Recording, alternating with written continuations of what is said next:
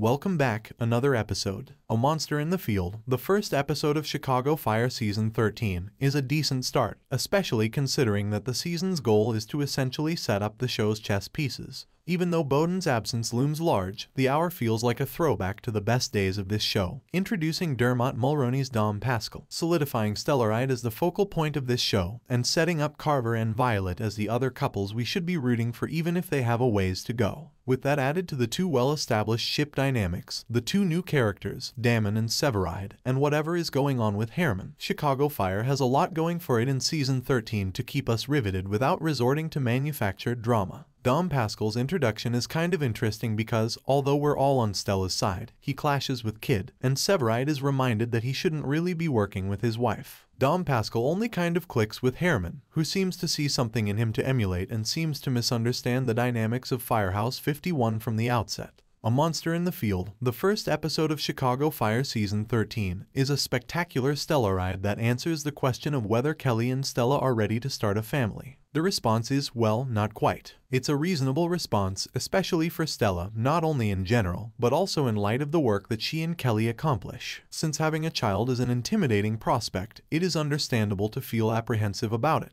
And since a relationship isn't about the needs and wants of just one person, it's incredibly good to be in the kind where you can express your feelings to your spouse, and they will give you the space you need to think things through. This episode is more about how Kelly and Stella work together than it is about whether or not they will grow their family. Kelly tries everything to help Stella, who has been fighting with Pascal for the last hour, to start with by diverting her, and then, in words, with a gentle reminder. She is not a child, she is an adult, so he is not pressuring or demanding that she behave a certain way. Rather, he's offering her counsel out of concern for her. And when things blow up later, Kelly is there to listen and offer support when needed. The two sit down and discuss the situation. Stella gets a chance to talk to Kelly about Damon as well, and they handle things in the same tactful yet transparent manner. She reminds Severide that she is Damon's lieutenant, even though she is fond of the bond he is developing with his brother. Kelly also understands. In the Chicago Fire Season 13 opener, Carver returns from furlough, and Violet spends the entire show attempting to get a conversation going with him because she's ready to take a chance and introduce herself. But as of late, Carver isn't. He left, licked his wounds, and looks like he's coming around now. To show it, he even sports an angry beard. When a man has an angry beard, you can't argue with that. For more videos, subscribe.